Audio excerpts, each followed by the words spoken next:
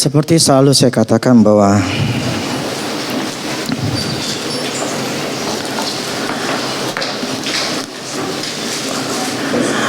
saya bicara bukan berkata-kata masalah ketaatan, tetapi saya bicara adalah mengenai cara kerjanya Tuhan. Jadi cara kerjanya Allah yang mau tidak mau kita harus mengikuti. Sebab tidak ada alasan bagi Tuhan melanggar firman-Nya karena mengikuti keinginan kita atau doa kita. Jadi di sini kita belajar untuk mengetahui cara kerjanya Tuhan. Coba saya beberapa minggu nih bicara masalah benih firman Tuhan mengenai tanah, ya. Itu karena memang coba kita buka dulu firman-Nya di Markus 4. Markus 4 ayat 13.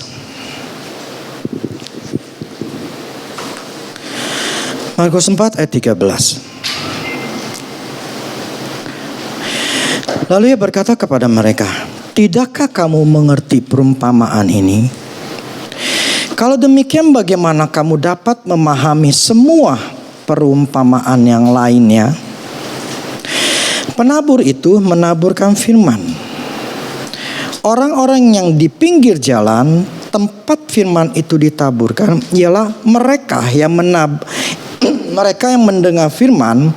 Lalu datanglah iblis dan mengambil firman yang baru ditaburkan di dalam mereka. Demikian juga yang ditaburkan di tanah yang berbatu-batu ialah orang-orang yang mendengar firman itu dan segera menerimanya dengan gembira, tetapi mereka tidak berakar dan tahan sebentar saja. Apabila kemudian datang penindasan atau penganiayaan karena firman itu, mereka segera murtad. Dan yang lain ialah yang ditaburkan di tengah semak duri, itulah yang mendengar firman itu. Lalu kekhawatiran dunia ini dan tipu daya kekayaan dan keinginan-keinginan akan hal-hal yang lain masuklah menghimpit firman itu sehingga tidak berbuah. Dan akhirnya ini ditaburkan di tanah yang baik ialah orang yang mendengar dan menyambut firman itu lalu berbuah. Ada yang 30 kali lipat, 60 kali lipat, dan ada yang 100 kali lipat.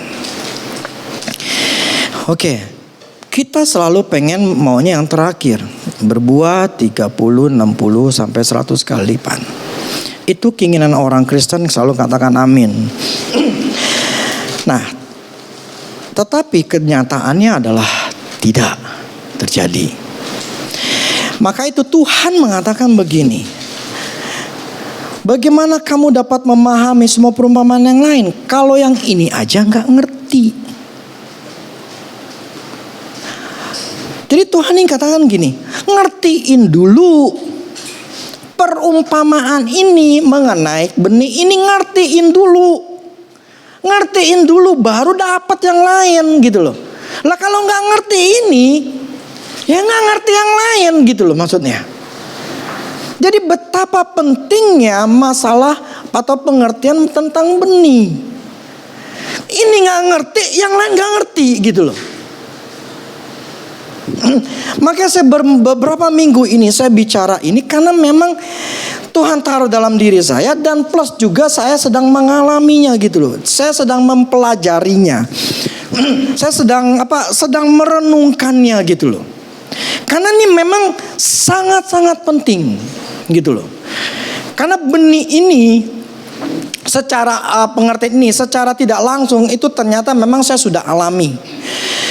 Jadi dalam 5 aspek yang selalu saya katakan itu, 5 aspek hidup kita ini semuanya harus bahagia.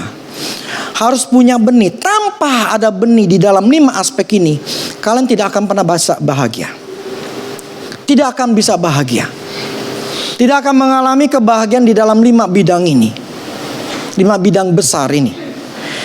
Kalau nggak ada firman, Kalau nggak ada kebahagiaan di dalam 5 ini, berarti tidak ada benih firman di situ.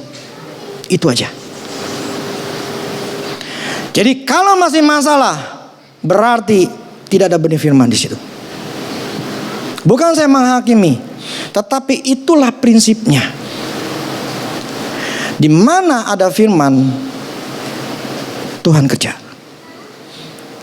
Nah, jadi Tuhan ingin katakan bahwa ngertiinlah ini. Benih firman itu ada nggak di dalam kita secara pribadi, hubungan kita sama Tuhan, komitmen kita sama Tuhan. Dimana apapun yang terjadi, hati kita tuh tetap mengasihi Tuhan. Apapun masalah yang terjadi dalam hidup ini tidak akan bisa dicabut. Makanya si Paulus katakan gini, baik penindasan, kelaparan, ya kan, ya dia mengalami batu karang, kapalnya karam, dicambukin segala macam. Dikatakan itu tidak akan memisahkan aku dengan kasihku dengan Tuhan. Enggak akan ada yang bisa memisahkan. Artinya apa? Benih firman itu sudah tertanam di dalam Paulus, sehingga setan apapun dengan mencoba dengan penindasan, dengan apapun juga tidak akan pernah bisa mencabutnya.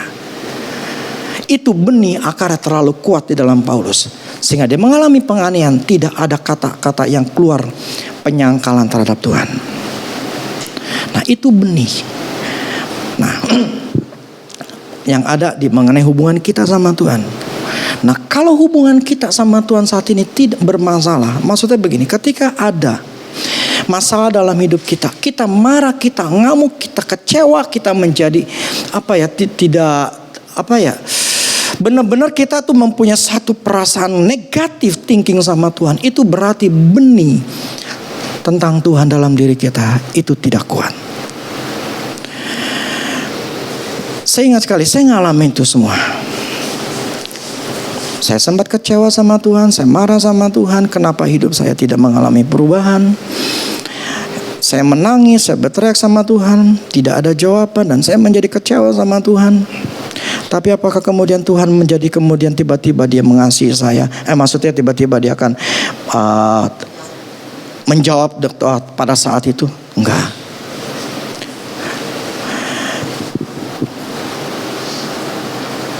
Semua hari ini yang kita pelajari itu membuat saya semakin jadi ngerti pengalaman dulu itu seperti apa, dan sekarang saya ngalamin lagi, saya jadi mengerti lebih dalam lagi, sehingga saya harus keluar menjadi seorang pemenang. Begini, dalam 5 aspek hidup saya mengenai tentang Tuhan, hubungan sama Tuhan saya kuat, udah semakin kuat, semakin ngerti jadi semakin kuat. Keluarga, benih firman dalam keluarga, saya sudah berikan saya sudah tanamkan ke dalam diri saya, ke istri saya dan ke anak-anak saya. Jadi benih ini saya sudah tanamkan pada mereka dari dulu. Kesehatan, saya punya benih, saya menjaga diri saya untuk saya hidup sehat. Artinya dalam keadaan seperti ini, hidup saya tetap hidup yang sehat, bukan hidup yang sehingga kalau kena COVID itu seperti air bah gitu. Saya tidak mengalami sesuatu hal yang jahat gitu. Artinya saya tetap bertahan. Nah, 4 itu masalah keuangan dan masalah pekerjaan dan keuangan. Ini memang 3 yang tadi itu saya sangat kuat. Tapi 4 dan 5 masalah di pandemi ini itu saya mengalami kegoyahan. Tapi bukan berarti kegoyahan itu membuat saya tenggelam. Saya masih bisa bertahan, tetapi saya sadar belum kuat. Dan itu membuat saya menjadi belajar. Ingat gak, tahun lalu saya sudah ngomong, Tuhan ngomong sama saya. Kemudian waktu itu di grup sekarang kita akan ngadakan Zoom.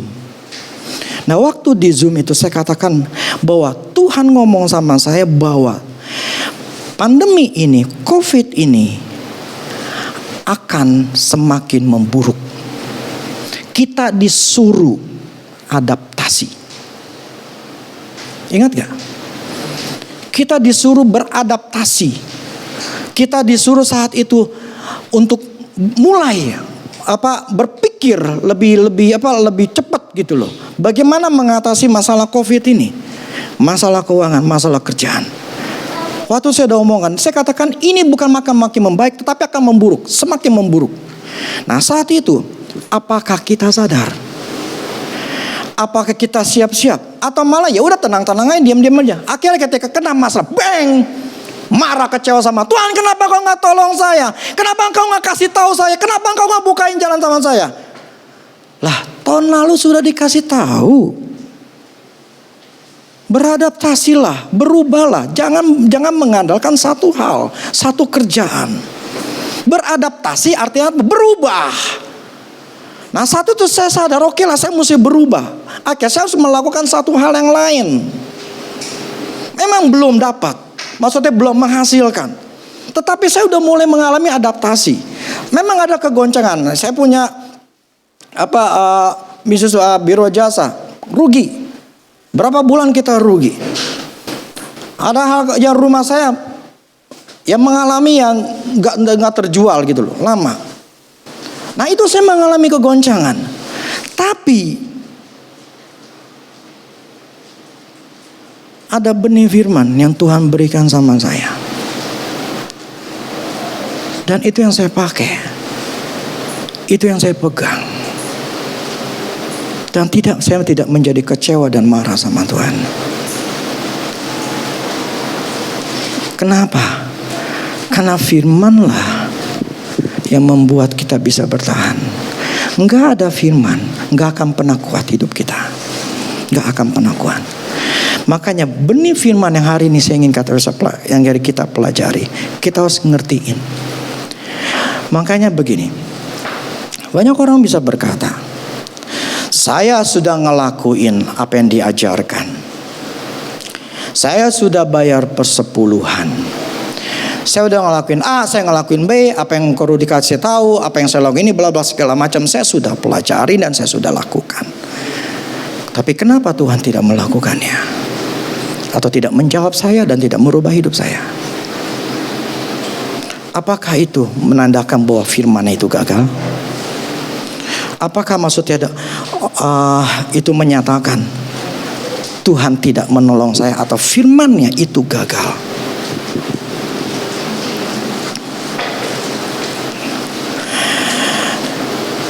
Problemnya kita orang Kristen nggak mengerti ini benih, cara kerja benih.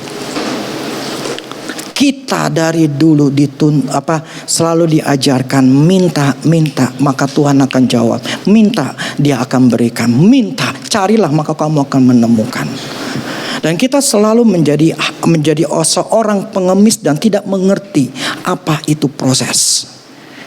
Kita tidak diajarkan bagaimana ketika kita menabur benih itu apa namanya proses. Yang ada kita mau secepatnya. Kita sudah minta dengan tulus. Kita sudah berpuasa. Kita sudah melakukan banyak hal, berbahasa roh, menyanyi, menyembah. Tapi seolah-olah percuma. Tidak ada jawaban, tidak ada perubahan. Apakah Tuhan yang salah? Problemnya Tuhan tidak pernah salah. Dan Allah itu benar, gak pernah mungkin salah. Berarti kita harus pelajari. Kalau Allah gak salah berarti saya yang salah. Jadi saya pernah ngalamin seperti itu, hal seperti itu. Akhirnya saya ngerti, berarti bukan masalahnya di Tuhannya ini masalahnya di saya. Saya yang bermasalah, bukan Tuhan. Karena benih yang dulu firman katakan bahwa dia adalah benih yang kekal, sifatnya kekal. Kalau benih yang dalam bumi ini sifatnya mungkin ada yang bagus, ada yang benih bagus, ada yang benih yang jelek. Ada yang bisa menghasilkan pohon yang bagus, ada benih yang nggak bisa pohon yang bagus. Tetapi namanya benih firman Tuhan tidak pernah nggak ada yang bagus, semuanya bagus dan selalu akan sempurna. Jadi benih firman Tuhan nggak pernah mungkin gagal. Jadi problemnya adalah di kita. Nah, ini ada 4 macam tanah. Cuma satu yang bisa menghasilkan buah. 3-nya nggak ada.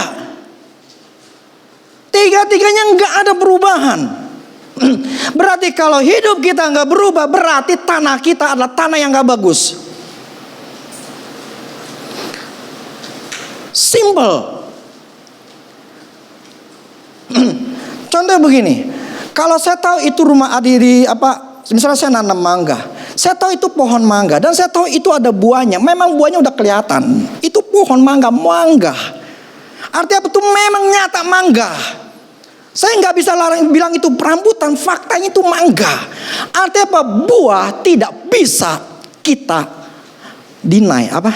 Saya kalau bukan deny itu diabaikan atau nggak mengakui. Faktanya memang itu pohon mangga adalah buahnya mangga. Jadi faktanya kalau kita nggak berbuah berarti tanah kita itu nggak bagus. Titik. Mau ngomong apapun faktanya adalah pohon mangga. Titik. Mau ngomong apapun faktanya hidup kita nggak berubah. Titik. Berarti tanahnya nggak bagus. Titik. Artinya kalau kita menyadari berarti gua nggak bagus nih hati gua. Tanah gua nggak bagus. Artinya apa? Mestilah berubah. Hati kita yang harus berubah. Nah problemnya tidak semua daripada kita sadar hati kita memang nggak bagus.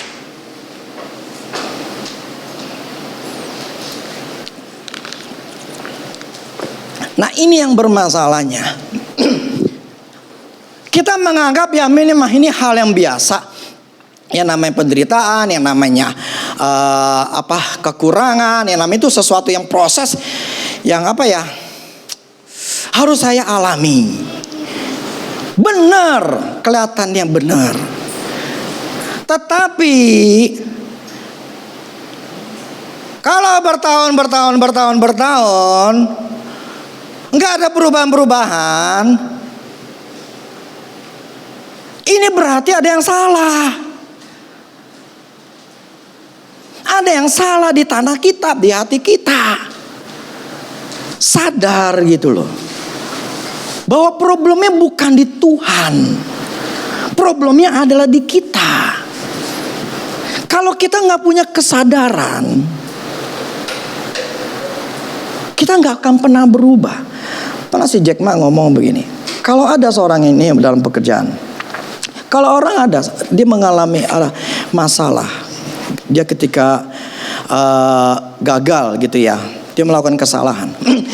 Kalau orang itu ketika dia gagal, dia cari kambing hitam, dia cari orang yang bisa dia salahkan, orang itu gak punya pengharapan. Orang itu akan tetap gagal terus. Tetapi kalau orang itu ketika dia mengalami kegagalan, mengalami kesalahan, dia cari kesalahannya di mana, orang itu punya pengharapan. Betul. Atau saya nonton videonya itu di Facebook. Ya.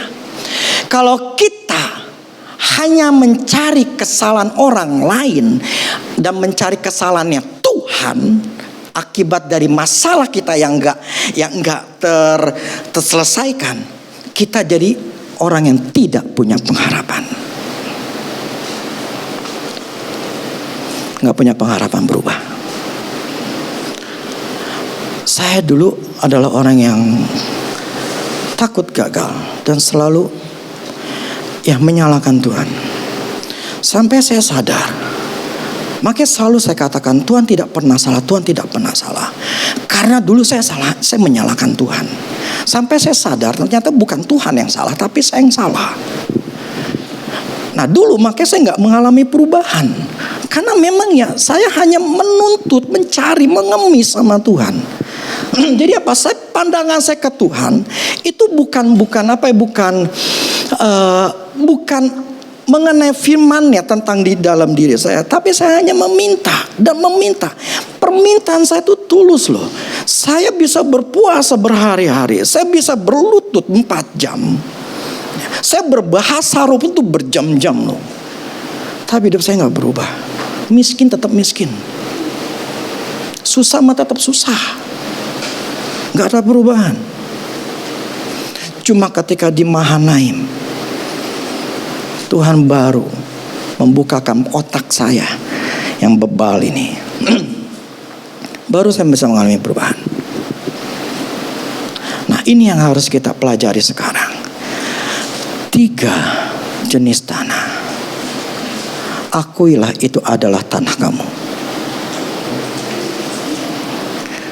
Keras. Firman nyampein, setan tinggal langsung ngambil. Artinya apa? Hati kamu udah menolak firman. Mau ngomong apa kok Rudi? Gue gak pikirin. Atau otak kalian, badan di sini, pikirannya kemana-mana, atau ngeliat handphone. Itu firman tidak akan pernah nempel. Kenapa? Diambil sama setan. Keluar sama aja, gak ada perubahan. Yang kedua, berbatu-batu. Dengar firman, nerimanya dengan gembira, tapi cuma tahan sebentar doang. Sehari, 2 hari, seminggu doang. Karena gak ada akarnya. Akarnya gak ada. Jadi waktu dengar itu, yes, gue yakin Tuhan bisa. Gue bisa punya hubungan sama Tuhan. Gue pegang firman Tuhan. Ya, cuma sehari, 2 hari, 3 hari, 4 hari, seminggu. Akarnya tipis. Ingat kan minggu lalu yang saya ceritain?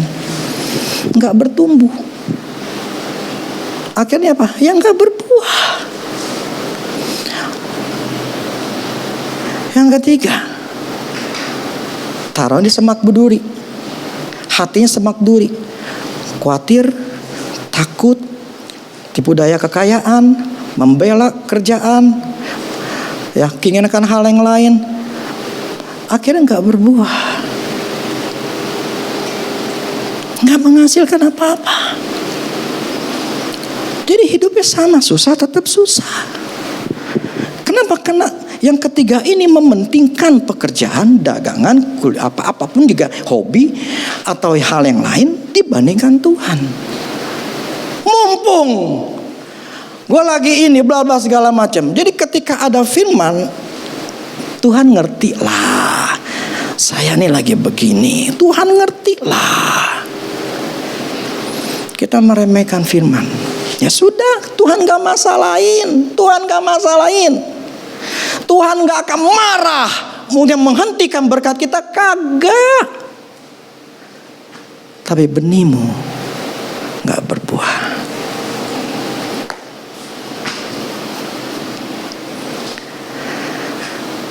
Itu 3 jenis. Dan itu 3-nya ada di kalian. Saya ngomong gini, kenapa? Faktanya lo ya, hidup kalian berubah gak? Faktanya berhasil gak?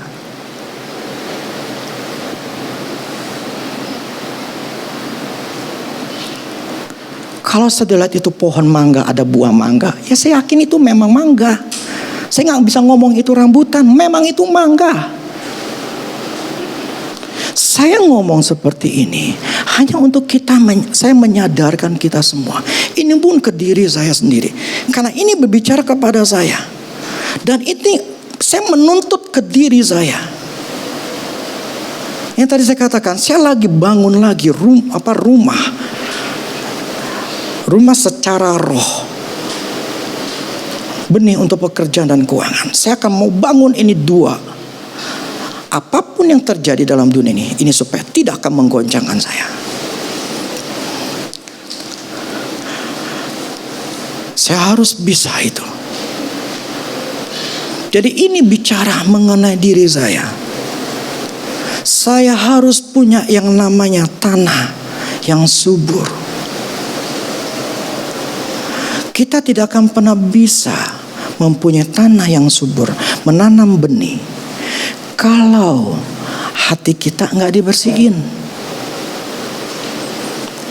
Kalau hati kita batu-batunya kekerasan hati, menganggap diri emang udah benar, Tuhan yang salah, kekhawatiran, ketakutan akan COVID inilah, akan pekerjaan atau apapun juga, itu masih nempel, nggak bakal benih itu akan bisa bertumbuh, nggak bakal. Itulah kenapa di tahun 2003 ketika saya mulai mahanen dan 2004 saya mulai dengar suara Tuhan. Disitulah Tuhan lagi bersihin hati saya. hati saya tuh lagi dibersihin, otak saya tuh lagi dibersihin. Itu yang dari batu, dari kerikil, dari kekhawatiran, ketakutan, itu semua dibersihin dulu semuanya. Supaya ketika Tuhan naruh benih lagi ke hati saya, itu bisa berbuah.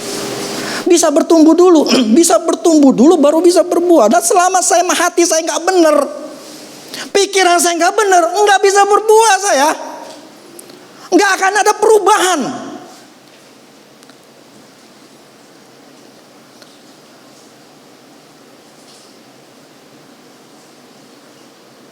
Jadi selama beberapa tahun itu, puncaknya itu tahun 2006. Saya harus megang Tuhan. Pilihan dalam hidup saya, lu percaya Tuhan atau lu percaya diri lu sendiri. Itu tahun 2006. Tapi puji Tuhan, saya memilih percaya sama Tuhan dari percaya pada diri sendiri. Dan itu sangat susah, sulit. Tapi saya bisa memenangkan. Saya bisa membuang itu. Kekerasan batu, kekhawatiran, itu dibuang satu persatu. Oke, tahun 2006 saya mulai tidak kekurangan. Apa yang saya kerjakan mulai berhasil.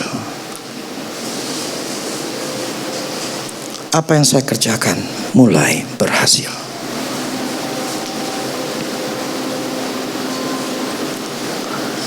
Tapi itu dimulai hati saya dibersihin.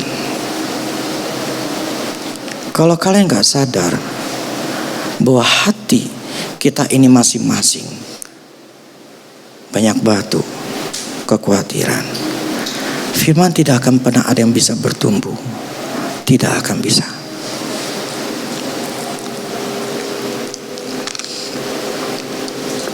Kalau kalian mau berubah, tidak ada jalan lain. Perubahan di luar dimulai dari perubahan di dalam. Itu di hati. Tidak akan ada perubahan di luar. Keluargamu, uangmu, kesehatanmu, semuanya tidak akan pernah berubah di luarnya. Kalau di sini hatimu gak berubah, gak akan berubah. Suka atau tidak suka, ini fakta.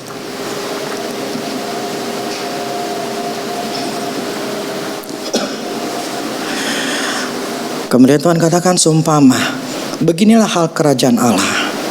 Itu seumpama orang yang menaburkan benih di tanah. Jadi Tuhan katakan gini, kerajaan Allah ini seperti orang lagi nanam benih di tanah.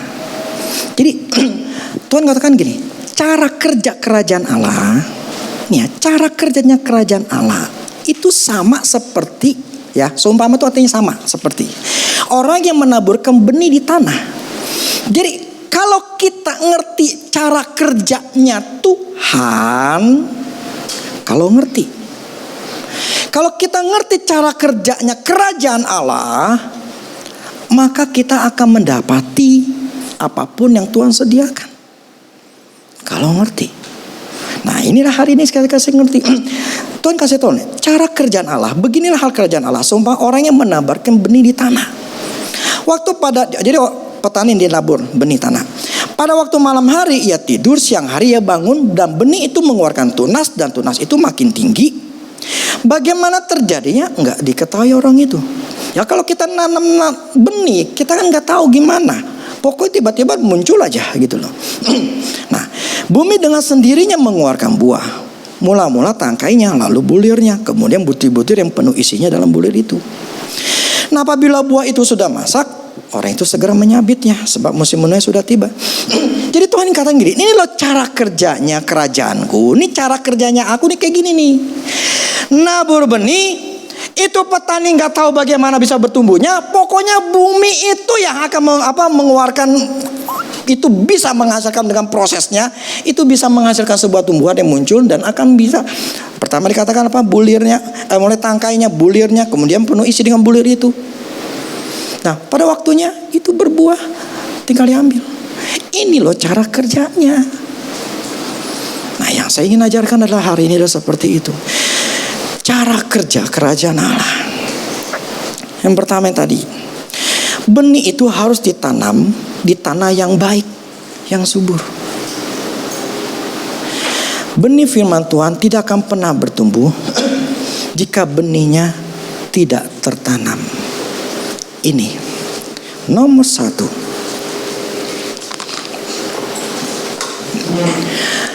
Tidak ada benih yang ditanam di dalam hati kita, tidak akan ada perubahan di bidang itu. Tidak ada benih di bidang keuanganmu, di pekerjaanmu, di keuanganmu, di keluarga. Tidak ada benih yang ditanam, tidak akan ada buah yang dihasilkan. Nomor satu. Jadi makanya kemarin saya kan ngomong, saya kasih ilustrasikan. Si Chandra datang ke rumah saya. Chandra tanya, "Kok mana pohon mangganya?" Lah saya bertanya lagi, emangnya lu pernah nanam pohon mangga? Atau memang saya pernah nanam pohon mangga? Lah saya nggak pernah nanam pohon mangga, kenapa dia nanya pohon mangga? Minta buahnya. Jangan pernah meminta sama Tuhan buahnya kalau tidak ada benih di dalam hidupmu. Ini cara kerja kerajaan Allah. Tuhan yang katakan, beginilah kerajaan Allah. Jadi yang pertama harus ada benih yang tertanam, yang ditanam. Kalau nggak ada benih, ya jangan harapin buah dong.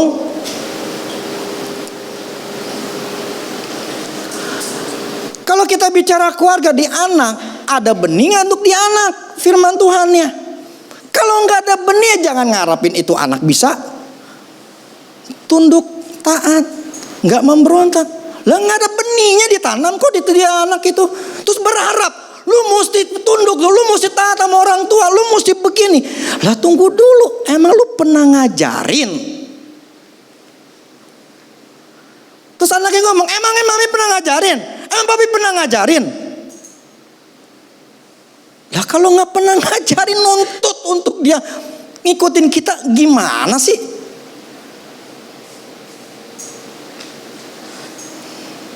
Ngerti nggak? Tidak ada buah tanpa benih.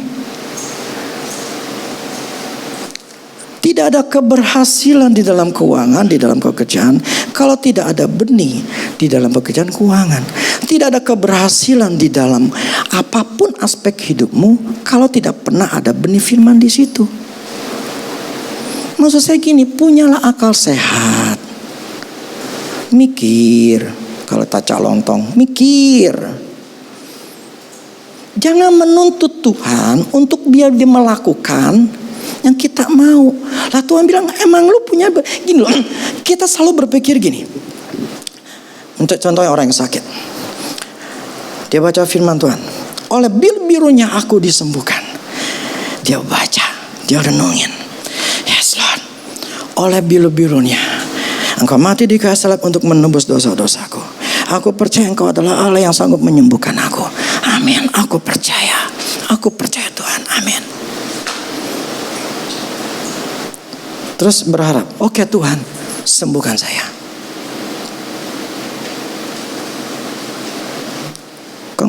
Kok nggak berasa ya, Tuhan? Kok saya masih sakit ya, Tuhan? Kok saya nggak baik ya? Loh, Tuhan ini gimana? Kok kita orang Kristen terbiasa minta kepada Tuhan dan minta jawaban secara instan. Saya langsung konklusinya aja dulu ya. Saya tanya sama Tuhan. Ketika saya lagi renungin, saya tanya sama Tuhan. Ini sebetulnya bagian akhir, cuma saya pikir saya ngomong dulu dah di akhir. Sekarang saya tanya sama Tuhan. Tuhan, ini gimana? Maksudmu ngomong ini, firman ini apa? Ini sebetulnya poin terakhir, tapi saya ingin ngomong gini. Tuhan ingin kita tuh ngerti. Karena gini, saya pengen mereka tuh ngerti. bahwa semuanya butuh proses. Kita tidak bisa seenaknya mengklaim, Tuhan, firman-Mu mengatakan seperti itu. Saya tulus sudah meminta luar biasa sama Engkau Tuhan. Faktanya mana? Saya nggak disembuhkan. Saya nggak diubahkan. Saya tidak diberkati. Saya nggak diberikan jalan keluar. Nah, Tuhan yang katakan begini, aku ingin mereka mengerti, bukan asal klaim, bukan asal nuntut, bukan asal ngomong. Pakai firman Tuhan, ngerenungin cuma 5 menit, tapi pengen langsung tiba-tiba twing, langsung berubah. Kayak kantong Doraemon.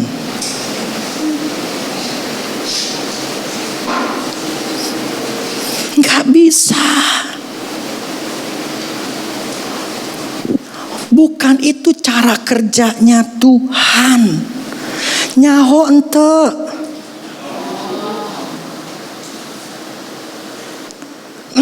Cara kerjanya Tuhan, taruh dulu benih.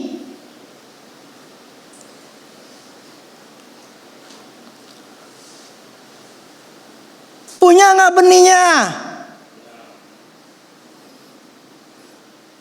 Oh, sampai ngomong bilang punya. Oke, kita lihat Sam. Punyalah benihnya terlebih dahulu. Nggak ada benih, nggak ada buah. Kita nggak bisa menuntut Tuhan buahnya. Lalu nabur aja kagak buahnya, apa benihnya. Tapi udah langsung nuntut, nggak bisa. Ini pelayanan kita di Mahanaim. Ini pelayanan yang penuh dengan resiko karena menghancurkan kuasa kegelapan. Apakah dengan mudah kucuk-kucuk saya langsung pelayanan hancurin kuasa kegelapan? Kagak. 3 tahun. Itu benihnya terlebih dahulu Tuhan taruh di dalam hati saya.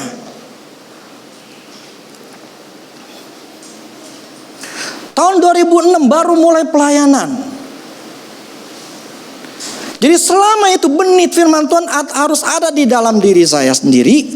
Dan saya harus kembangin, saya harus percayain, saya harus makin dalam. Jadi akarnya itu semakin lama semakin dalam. Jadi saya pelajarin itu sampai semakin dalam, sampai semakin kuasa, makin percaya dan percaya. Sehingga dari mulut saya keluar, tidak akan ada satu setan pun yang bisa menjamah saya dan keluarga saya. Jadi saya udah ngomong di mulut saya udah keluar kayak gitu. Itu bukan asal ngomong. Nangkap gak? Bukan asal ngomong, asal klaim. Enggak. Sehingga di otak saya setitik pun saat 0,00001 itu yang mengatakan, loh ntar lu kena gak? Atau kenapa gak lu? Sama sekali gak ada. Sekalipun dia namanya si Lucifer, si di depan saya sekalipun, saya gak bakal takut. Saya ngomongnya bukan nyombongin. Bagi saya, Lucifer sudah kalah, titik. Dan pelayanan ini bukan maunya saya, titik. Jadi saya ngomong sama Tuhan gini, Tuhan ini pelayanan dari Engkau ya. Engkau yang harus memproteksi saya. Dan saya percaya proteksimu ada dalam diri saya. Dan saya pun tidak akan pernah dijamah oleh setan. Dan itu bukan benih yang saya taruh, kemudian saya lepasin, entah dikorek lagi, kemudian ditanam lagi, korek lagi, dipertanyakan, Tuhan ntar gimana ya? Ntar waktu gue melayan rumah yang ada banyak setan, ntar gimana ya? Ntar ada serangan balik gak nih? Waduh, gue hati-hati nih. Gue mesti sampai rumah, gue mesti urapin rumah nih. Gue sampai rumah mesti cuci muka, cuci badan nih. Aduh, kalau enggak bisa-bisa ada serangan balik nih. Setitik pun gak ada pikiran gitu. Dan itu pun bukan karena dengan instan saya dapat. Itu benih saya taruh dulu di dalam hati saya. Itu saya kembangkan biar itu mengalir semakin kuat, semakin kuat, semakin kuat. Sehingga sampai sekarang detik ini pun tidak bisa setan menjamah saya. Tuh kemarin istri saya ngomong, semalam dia ke atas bersihin itu di atas itu ada lapisan proteksinya Tuhan. Padahal saya nggak tinggal sini lagi.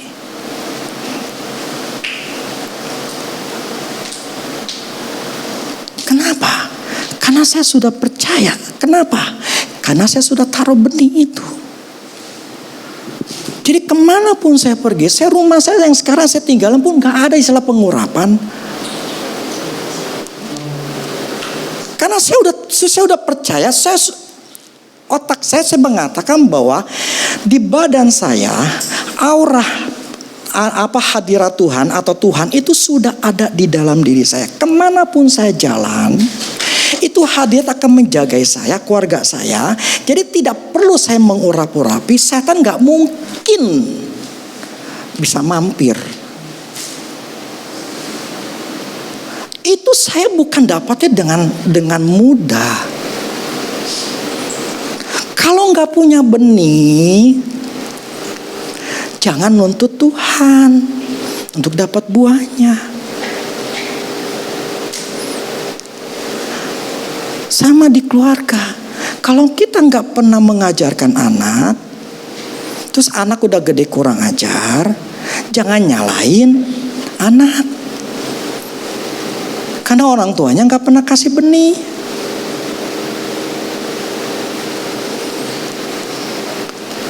Kalau anak bisa sakit sampai di gedenya sakitlah, apalagi yang sakit mah.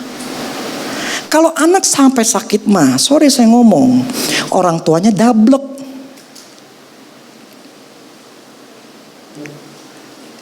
Nggak bisa jaga itu perut anak.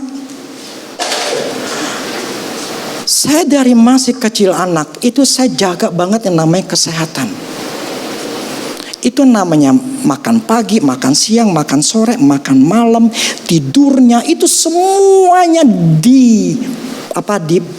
diatur. Makannya pun diatur, nggak ada istilahnya Indomie terus atau telur terus, nggak ada istilah begitu. Bahkan mereka harus suka pedas. Karena pedas itu membuat lambungnya itu dilatih untuk kuat. Satu lagi ini mumpung ingat nih.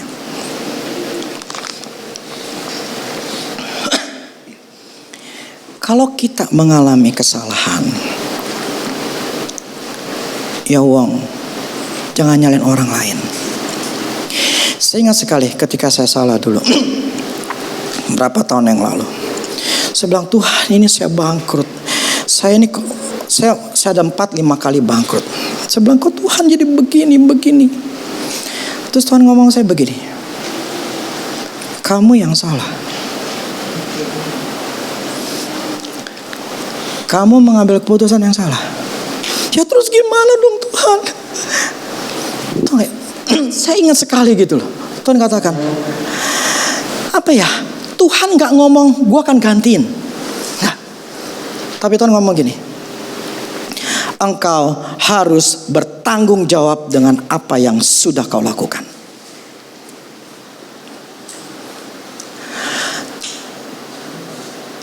Saya waktu dengar kayak gitu, istilah gini, lu yang salah, lu yang tanggung jawab. Artinya apa? Lu susah, lu harus telan. Lu sendiri yang bikin salah ini. Akhirnya apa? Ya udah Tuhan, saya ngerti. Jadi saya ngedumel, nggak cari kambing hitam, karena Tuhan udah ngomong saya. Jadi sekarang nih saya ngelakuin kesalahan, saya pun nggak ngedumel jadi nyalain orang lain. Kenapa? Karena keputusan itu saya yang buat, bukannya Tuhan. Sekalipun saya ngomong Tuhan ini boleh apa enggak, Tuhan bilang boleh, tapi keputusan terakhir di saya. Jadi apapun yang terjadi, kita ambil keputusan, kita harus tanggung jawab. Ini saya contoh lah, ini mertua saya. Sakit mah. Orang sakit mah kan harus makan. Ya dah. Kalau nggak makan kan lambung gasnya atau naik lah, atau air lagi. Asam lambungnya kan akan tetap produksi. Nah sekarang siapa yang salah? Ketika kemarin saya tanya, Mama makan nggak pagi? Makan. Siang makan nggak? Dia ngomong, berarti nggak makan. Siapa yang salah? Diri sendiri. Terus siapa yang susah? Sendiri dan orang lain. Saya ingin tahu, kita nanti jadi orang tua, jagalah kesehatan. Jangan nyusahin anak dan mantu. Karena gara-gara kita lah yang bikin yang gak bener cara hidupnya. Kalau udah tua, kita yang susah. Nanti anak kita, mantu kita susah.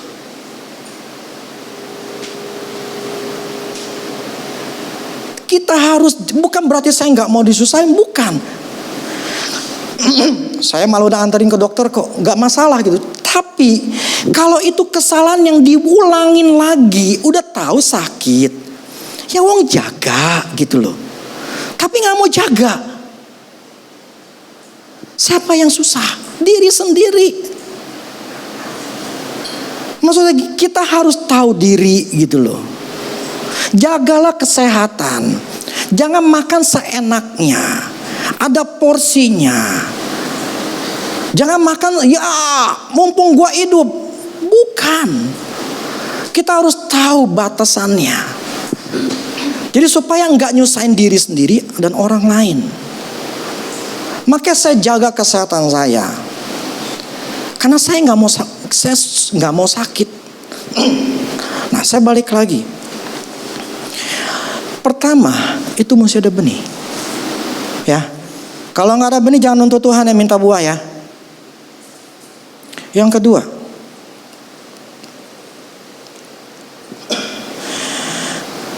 seperti benih yang ditanam dan petani tidak berusaha mempertanyakan apa benihnya sudah mulai bertumbuh dengan cara ngebongkar. Udah naruh benih, besokannya atau lusanya, ini benih bertumbuh nggak ya? Gue lihat dulu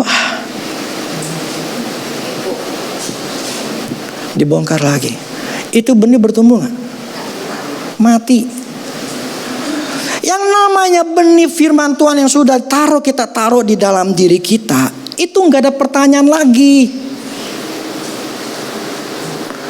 Nggak perlu dipertanyakan, Tuhan apakah bisa ya firman-Mu begini? Apakah saya mungkin bisa ngelakuin ya Tuhan ya? Tuhan tapi masalahnya begini Tuhan, saya nggak ada modal. Masalah anak saya begini, masalahnya begini Tuhan. Ini gimana ya?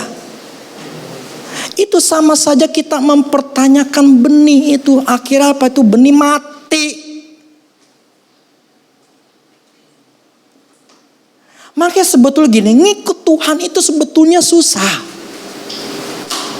Ya, saya ingin tahu, ngikut Tuhan itu untuk bisa mencapai kebahagiaan itu susah. Susahnya itu di otak kita, emosi kita, di jiwa kita, itu yang bikin susah.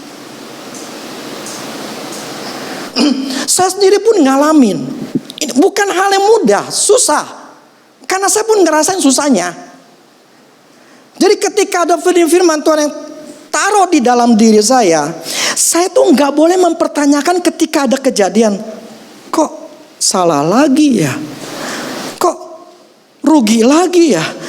Ini Tuhan gimana? Firman-Mu mengatakan jalan orang benar adalah rata. Tapi aku masih ngalamin kayak begini. Itu sama saja mematiin itu firman. Makanya nggak mudah. Benih ditaruh. Yang kedua, kita nggak bisa atau tidak boleh mempertanyakannya lagi.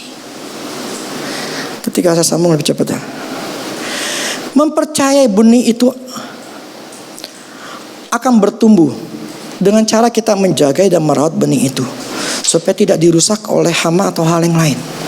Jadi ketika benih itu tanam dalam diri kita dan kita tidak mempertanyakan, nah kita jaga, kita rawat ini benih, kita pertahankan ini benih.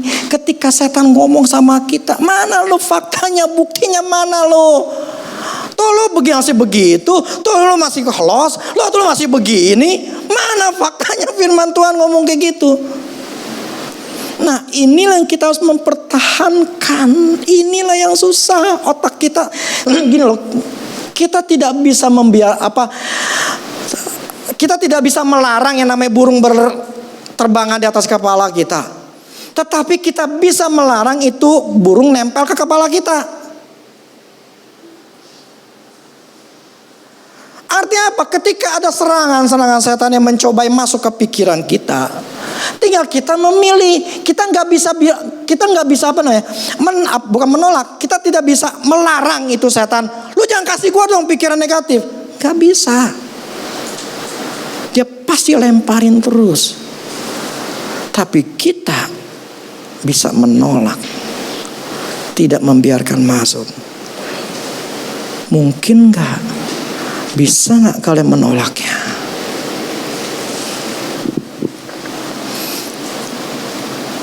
Susah.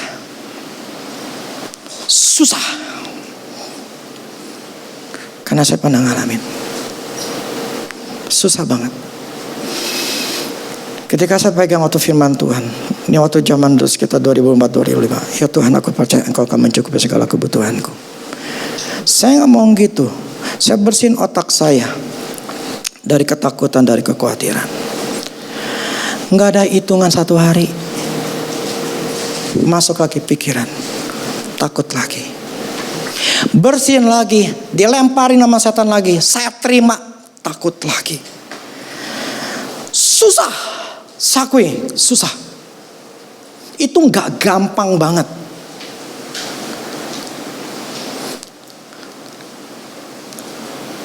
Itu memang proses. Tapi pertanyaannya, kita tahu nggak bahwa kita itu salah? Kita sadar gak? Gue mesti jaga pikiran gue. Sadar gak? Kalau kita nggak sadar, ya sudah, kena terus. Ingat ya, dulu saya pernah khotbahin kan. Cara kerja setan itu adalah masuk dalam hidup kita adalah cuma pikiran. Selama pikiran kita terjaga, selama itu dia setan tidak akan pernah masuk. Yang keempat, jadi kita harus rawat. Yang keempat, seperti benih yang harus berakar ke dalam, di mana kita tidak melihat perubahan yang berarti, tetapi percaya Tuhan sedang membentuk akar yang kuat supaya tahan terhadap setiap keadaan. Benih itu dimulai dari pembentukan akar. Betul gak sih? Apakah benih itu tiba-tiba langsung batang? Apa dulu? Akar dulu. Benih itu akar dulu. Sadar. Artinya apa? Itu proses pengakaran itu sedang terjadi. Proses untuk firman Tuhan itu untuk kuat di dalam hati kita, kita harus sadarin. Benih dimulai dari pembentukan akar. Karena akar menjadi saluran untuk menerima makanan dari tanah. Betul ya? Tanah itu hati kita. Benih firman yang sudah kita tanam akan mulai membentuk akar. Artinya apa? Kepercayaan. Tapi kepercayaan ini harus semakin kuat untuk melawan ketidakpercayaan. Dan akar, karena begini, akar kepercayaan ini bisa saja menghilang kalau nggak dipelihara. hati kita ini adalah tanah yang harus memberikan atau menyediakan nutrisi untuk firman Tuhan itu tetap hidup.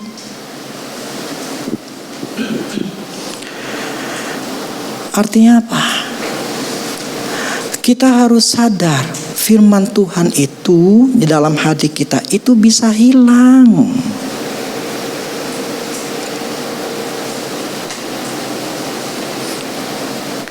Makanya ketika kalian katakan saya sudah diajarkan, saya sudah melakukan, saya sudah membayar persepuluhan, saya sudah melakukan ini itu, kenapa kok saya tidak berubah?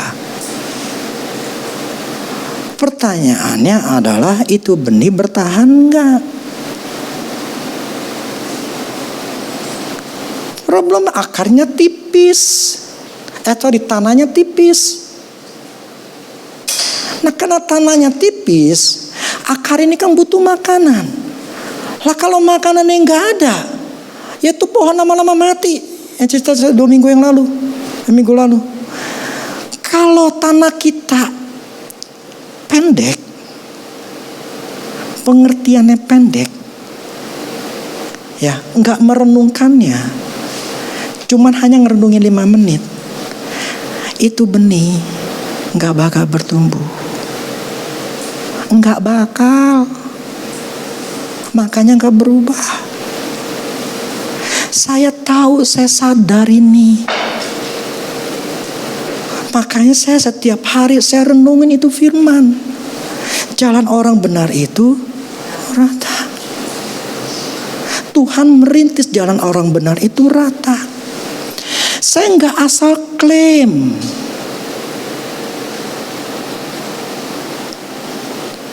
Saya nggak klaim 5 menit, nggak sehari, nggak 2 hari.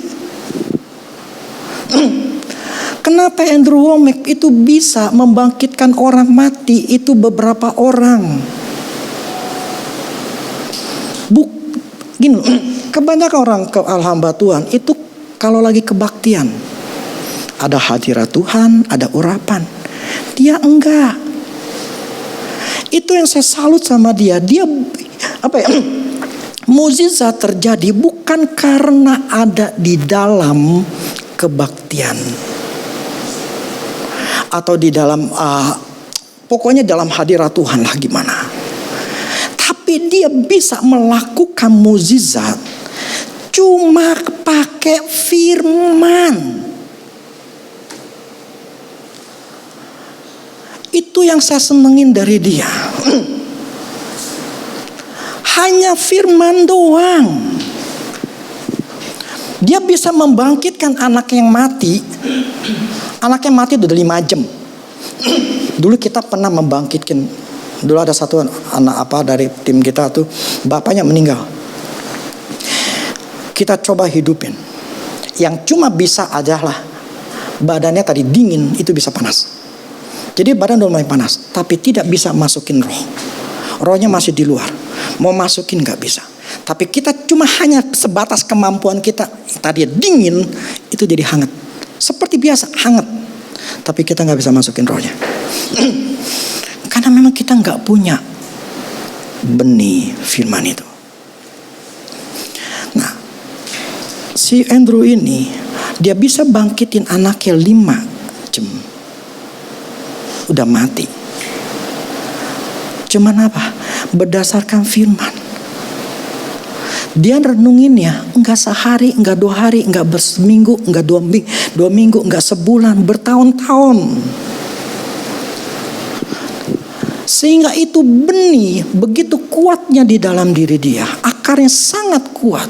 Sehingga dia punya kepercayaan sama Tuhan tuh begitu luar biasa kuat. Dia pakai firman doang.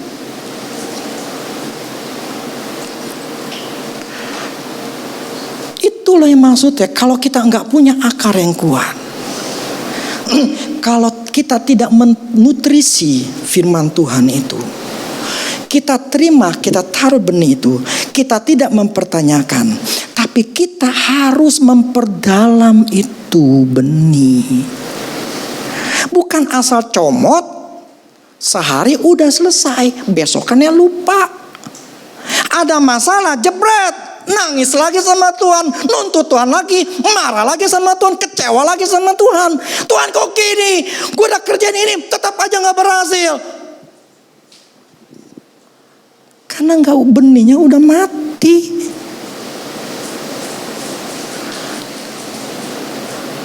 Nyaho enggak?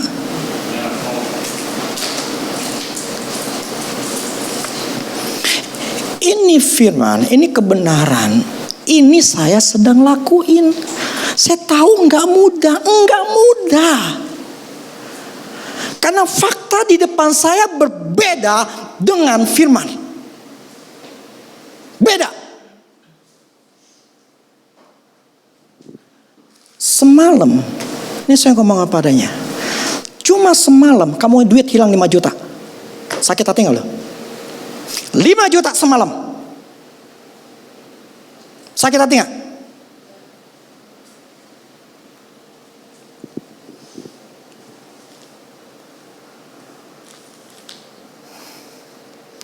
Kalau saya gak bertahan mempercayai firman Tuhan, saya udah putus asa. Saya cuma karena Tuhan aja. Saya masih punya iman.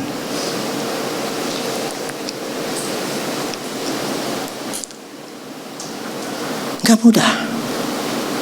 Saya ngomong ini bukan saya sok. Saya tahu susah. Tapi saya pengen dapat buahnya.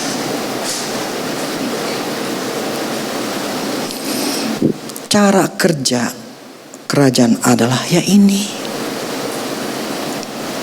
Cara kerja kerajaan Allah begini. Mempertahankan iman itu, pengertian harus makin dalam. Kalau kita nggak mempertahankannya, jangan harap kalian berubah.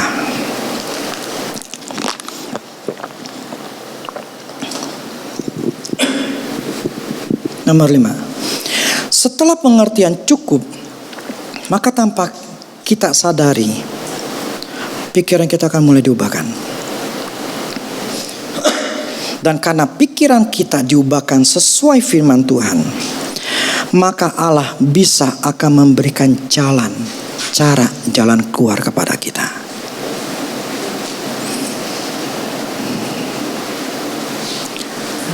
Ini tahap kalau kita sudah ngelewatin.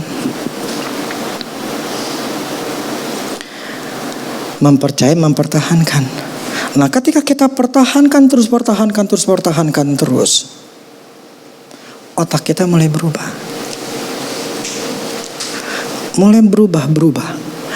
Kalau otak kita enggak sama Tuhan, frekuensinya enggak nyambung. Dan Tuhan enggak bisa kerja. Karena berbeda frekuensi. Tapi kalau frekuensi kita nyambung, Tuhan baru bisa kasih tuntun kita. Lah gimana Tuhan tuntun sama kita kalau kitanya sendiri udah bertolak belakang sama Tuhan? Ya gak bakal bisa. Kita gak akan bisa melihat buah, gak bakal bisa. Ngerti gak? Saya berkali-kali saya ngomong gak bakal bisa. Karena saya harus otak kita harus sadarin gitu loh. Bahwa firman Tuhan itu mendapatkan buah 30, 60, 100 kali lipat. Itu bukannya mudah.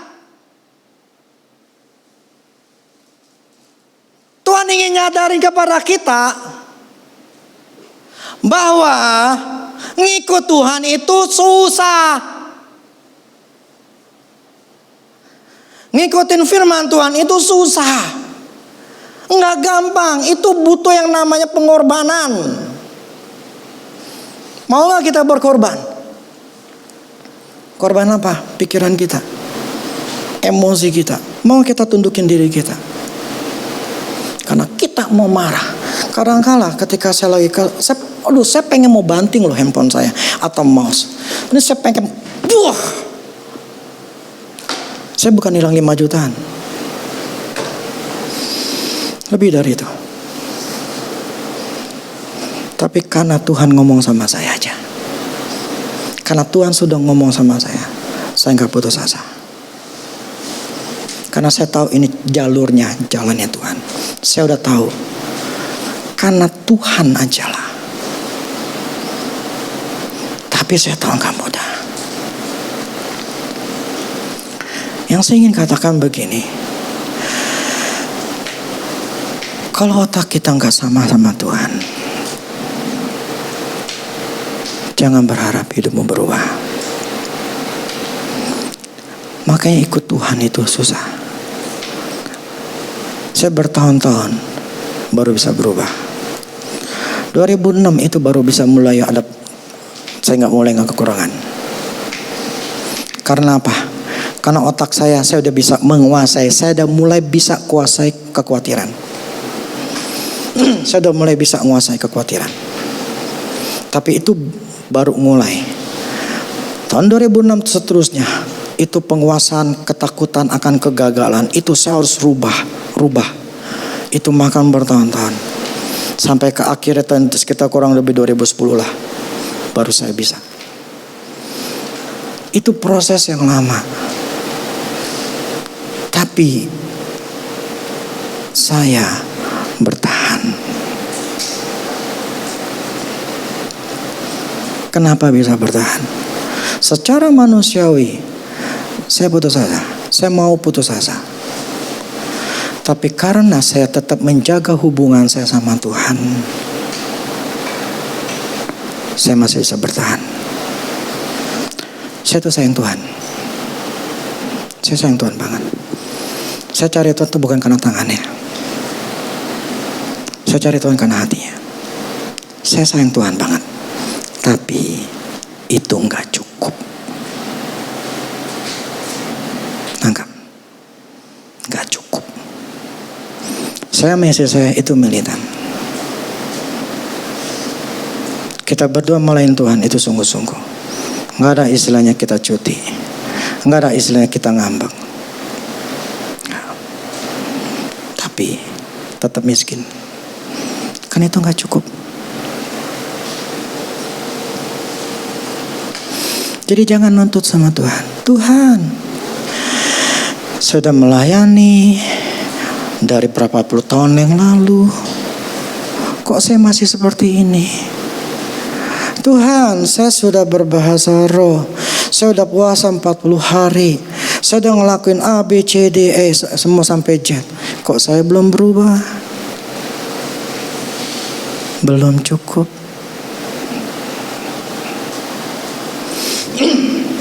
Ini maksudnya hari ini. Yang terakhir, untuk menjadi buah dibutuhkan beberapa proses yang harus dihadapi sampai akhirnya bisa menghasilkan buah. Artinya dibutuhkan kesabaran, ketahanan, kepercayaan sampai semuanya berhasil menghasilkan buah yang kita bisa tuai. Barulah kita dapat menuainya. Kalau di awal-awal kita dari 1 sampai 6 enggak pernah atau enggak ada lakuin, janganlah berharap perubahan. Sekali lagi Tuhan tengok, yang ingin Tuhan kasih tahu, Tuhan ingin kita mengerti bahwa semuanya butuh proses. Bukan cuma klaim kemudian langsung mendapatkan apa yang diminta. Inilah yang kita banyak pendeta kasih tahu tapi tidak kasih tahu prosesnya. Jadi ngikut Tuhan itu tidak mudah. Mendapatkan buah 30, 60, 100 kali lipat itu tidak mudah, ya. Makanya orang berhasil di dunia ini cuma beberapa persen. Maka di dalam dunia trading 95% semua orang gagal. Cuma 5% doang. Di dunia yang jadi orang berhasil, yang kaya, yang sukses itu sedikit.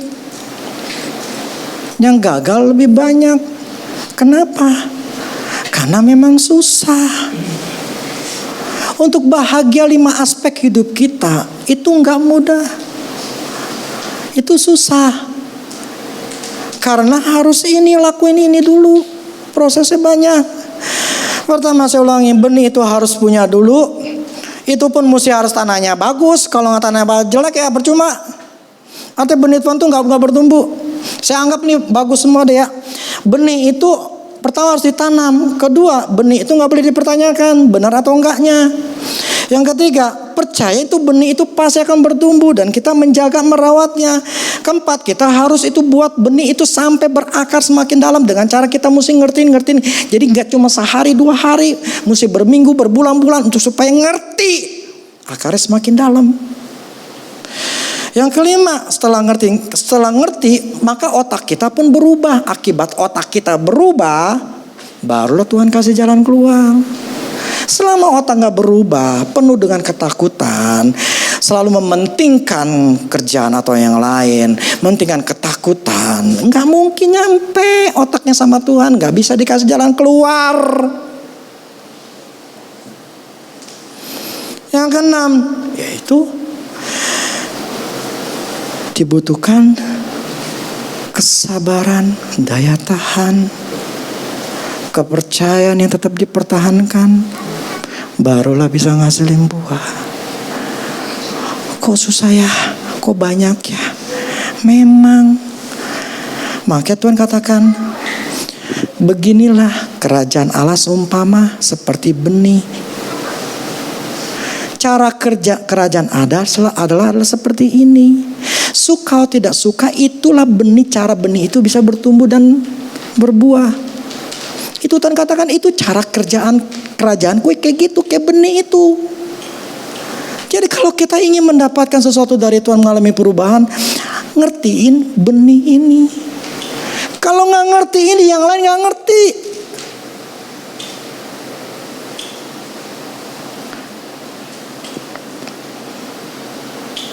Nah kan. Jadi yang kita tuntut adalah diri kita masing-masing.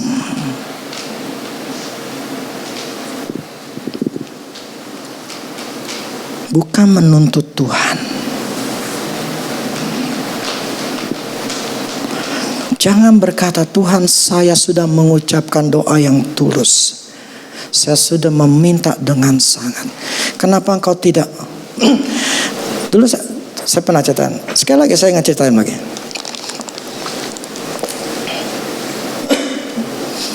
Ya ketika dulu saya minta sama Tuhan, waktu Tuhan pernah ngomong sama saya, Rudy, berkatmu tergantung istrimu.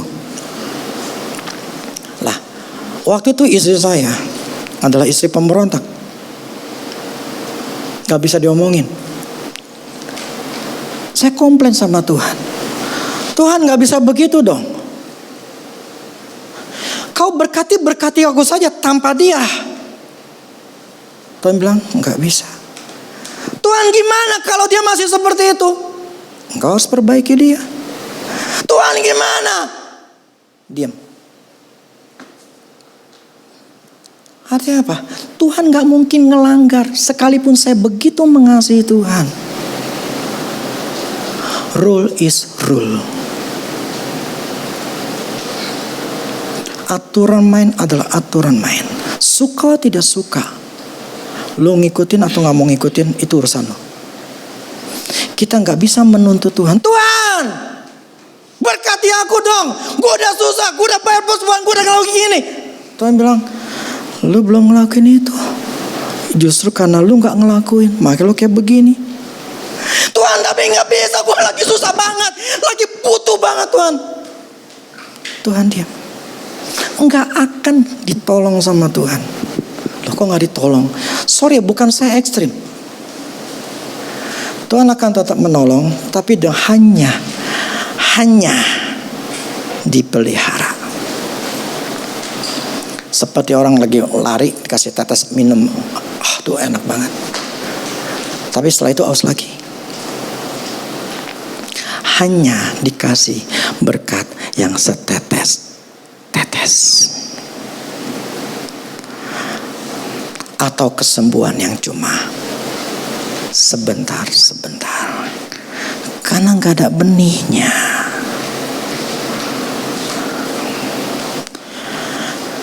Kita gak bisa nuntut Tuhan untuk Tuhan melakukan bagiannya kalau kita tidak melakukan bagian kita. Tuhan sudah melakukan bagiannya 2000 tahun yang lalu. Sudah selesai. Gak ada istilah kita menuntut Tuhan, minta belas kasihan Tuhan, merengek-rengek, marah-marahin Tuhan, kecewa sama Tuhan supaya Tuhan berbelas kasihan sama kita. Tidak akan merubah Tuhan. Ngerti? Tidak akan merubah Tuhan. Makanya firman katakan dia tidak berubah dari dahulu, sekarang sampai selamanya. Tidak akan merubah tangisanmu yang sampai 5 liter sekalipun. Selama tidak ada firman, tidak akan ada perubahan di dalam hidup kita. Maka saya benar-benar memperhatikan ini. Bahkan Tuhan ngomong saya begini, ketika saya masalah akar. Ketika saya lagi renungin, terus sekarang gini, demikianlah kalau kelihatannya begini, maksudnya begini, kelihatannya engkau nggak bertumbuh, kelihatannya engkau nggak menghasilkan apa-apa, kelihatannya engkau kok sepertinya stuck. Tapi Tuhan katakan sebetulnya engkau sedang membentuk akar. Engkau sedang atau harus memperdalam pengertian pengetahuan yang sedang kau kerjakan. Jadi saya harus memperdalam. Memang kelihatannya nggak ada hasilnya, belum ada hasilnya. Tapi engkau lakukan sekarang seperti kau sedang membentuk akar. Oke Tuhan, terima kasih. Akhirnya saya ngerti, oke Tuhan, memang saya belum untung, memang saya belum menghasilkan. Tapi ketika itu dari akar sudah cukup, maka saya akan naik. Dan ketika saya naik, disitulah saya akan menghasilkan. Dan ketika saya menghasilkan, saya akan bisa seperti pohon bambu yang akan menghasilkan bisa sampai tinggi. Artinya apa? Supaya kita sadar semua harus ada proses. Kita harus pertahankan. Jadi bertahanlah. Amin.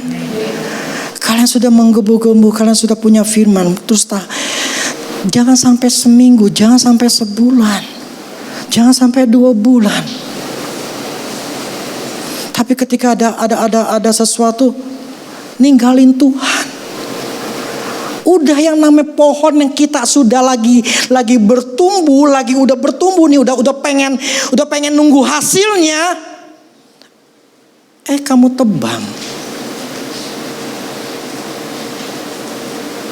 Tinggalin Tuhan, tinggalin gereja. Itu pohon mati.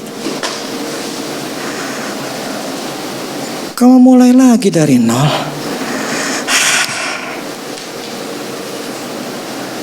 Makanya kayak bangsa Israel 40 tahun gak nyampe, pada mati.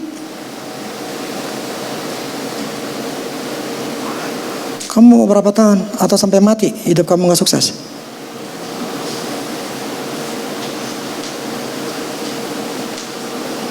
Mau berapa tahun?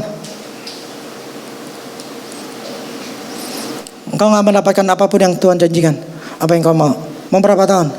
Mau sampai mati gak dapat? Siapa yang sampai mati gak mau dapat?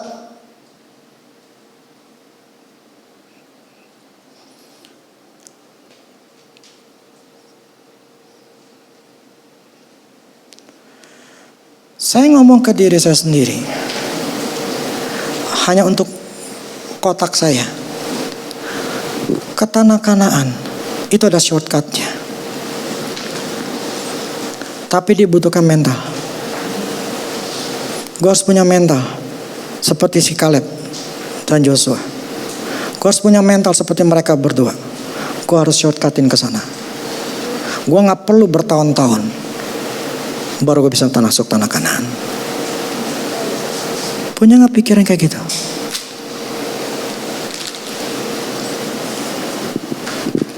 Yang ada kalian udah takut, kecewa, marah, mengeluh. Persis kayak bangsa Israel. Jadi bertahun-tahun kita semua punya masalah. Saya pun juga. Yang membuat kita bisa keluar dari seorang pemenang cuma karena firman. Tidak ada yang lain.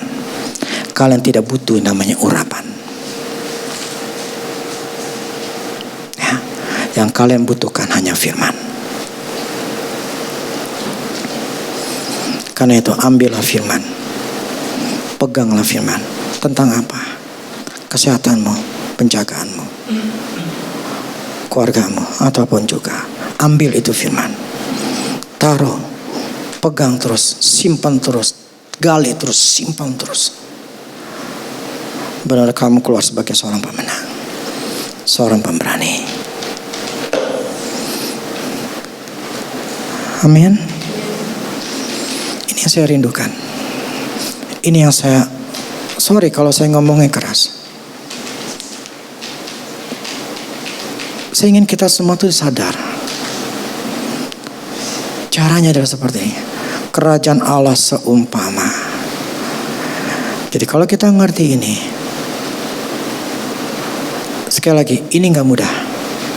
Gak mudah. Saya aja ngerenungin berhari-hari, berminggu-minggu. Ini bahkan mungkin udah beberapa bulan. Saya masih ngerenungin. Saya sambil jalan perumahan, saya masih ngerenungin. Karena saya tahu gak mudah. Tapi kalau ini worth it, layak saya perjuangkan. Sekali saya dapat, ini pondasinya kuat banget. Tadi seperti dikatakan, saya pengen punya pondasi rumah. Pekerjaan saya, di keuangan saya tutup. Tidak boleh kena inflasi atau masalah. Saya harus punya rumah yang kuat. Tapi saya tahu bayarnya mahal. Gak apa-apa lah. Yang penting gue bisa. Keputusan di kita masing-masing. Mau apa hidup kita. Sekali lagi, ini butuh perenungan. Karena saya bisa ngomong hanya sementara. Saya saranin, dengerin lagi. Saya aja baca buku. Saya harus berkali-kali itu baca. Atau saya renungin itu berkali-kali. Saya bukan orang pinter. Tapi saya tahu saya butuh diingetin terus. Berkali-kali. Karena ini caranya. Nggak ada cara lain. Saya tidak mengajarkan sebagai seorang pemanis. Saya ingin mengajarkan inilah firman Tuhan. Hanya benih firman Tuhan yang bisa menyelamatkan kita. Ingat ya, cuma benih firman.